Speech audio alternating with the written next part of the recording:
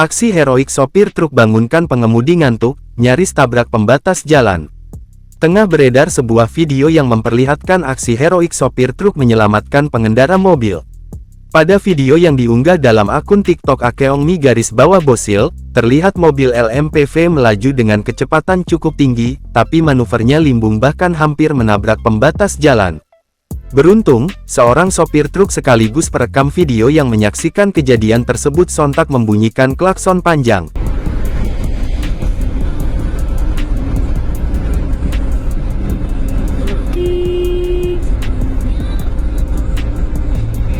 Tindakan sigap ini nampaknya membuat pengemudi LMPV tersadar, karena kontrol mobil langsung kembali normal. Aksi cekatan dari sopir truk ini menuai pujian dari netizen. Banyak yang mengapresiasi respon cepat dan konsentrasi sang sopir.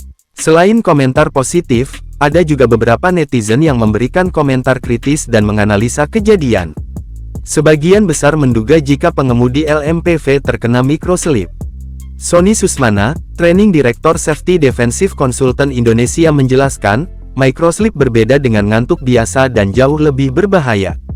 Ketika pengemudi mengalami kantuk, hal itu tentu bisa dirasakan dan bisa segera dilakukan penanganan, misalnya berhenti dan beristirahat di rest area terdekat. Lain halnya dengan microslip. Ketika dalam kondisi ini, boleh jadi si pengemudi tidak menunjukkan adanya gejala kantuk dan postur mengemudinya masih sesuai, hanya saja fokusnya hilang karena pikiran dalam kondisi tidak sadar. Sony menjelaskan, microslip disebabkan oleh respon circadian rhythm alias jam biologis tubuh yang tidak sesuai. Biasanya, tubuh terasa masih segar tapi otak sudah kelelahan dan butuh istirahat. Satu-satunya obat untuk mencegah microslip adalah dengan melakukan istirahat yang cukup minimal 5 jam sebelum melakukan perjalanan, dan melakukan istirahat rutin setiap 4 jam ketika perjalanan.